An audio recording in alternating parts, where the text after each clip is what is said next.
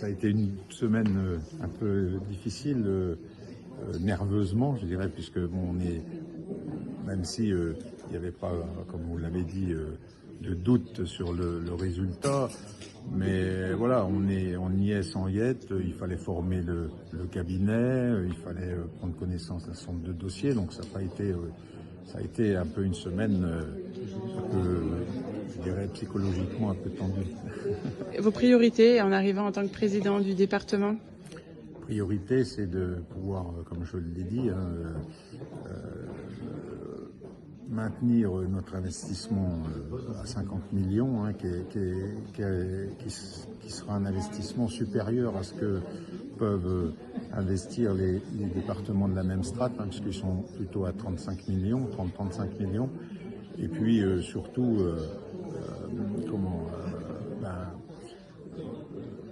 il faut absolument, finalement, pour y parvenir, il faut se recentrer sur nos compétences obligatoires, que sont les routes, le pôle des solidarités, donc le social dans toutes ses composantes, les collèges, parce qu'on a aussi cette problématique-là des collèges, le SDIS, voilà.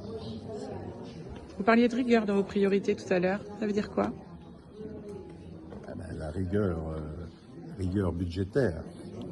Vous savez que notre seul levier aujourd'hui, c'est de faire des économies de fonctionnement de façon à pouvoir dégager un peu plus d'autofinancement qui nous permettra de maintenir un budget d'investissement à hauteur de 50 millions. Donc il faut être rigoureux. Avec des charges qui augmentent, comment ça va être possible de faire des économies de fonctionnement? On peut encore, dans certains domaines, on a quelques pistes encore qui sont à explorer et à affiner, mais on a quelques... Alors, 5%, je ne dis pas qu'on va faire 5% tout de suite, immédiatement, mais peut-être que ce sera sur un ou deux exercices qu'on pourra le faire.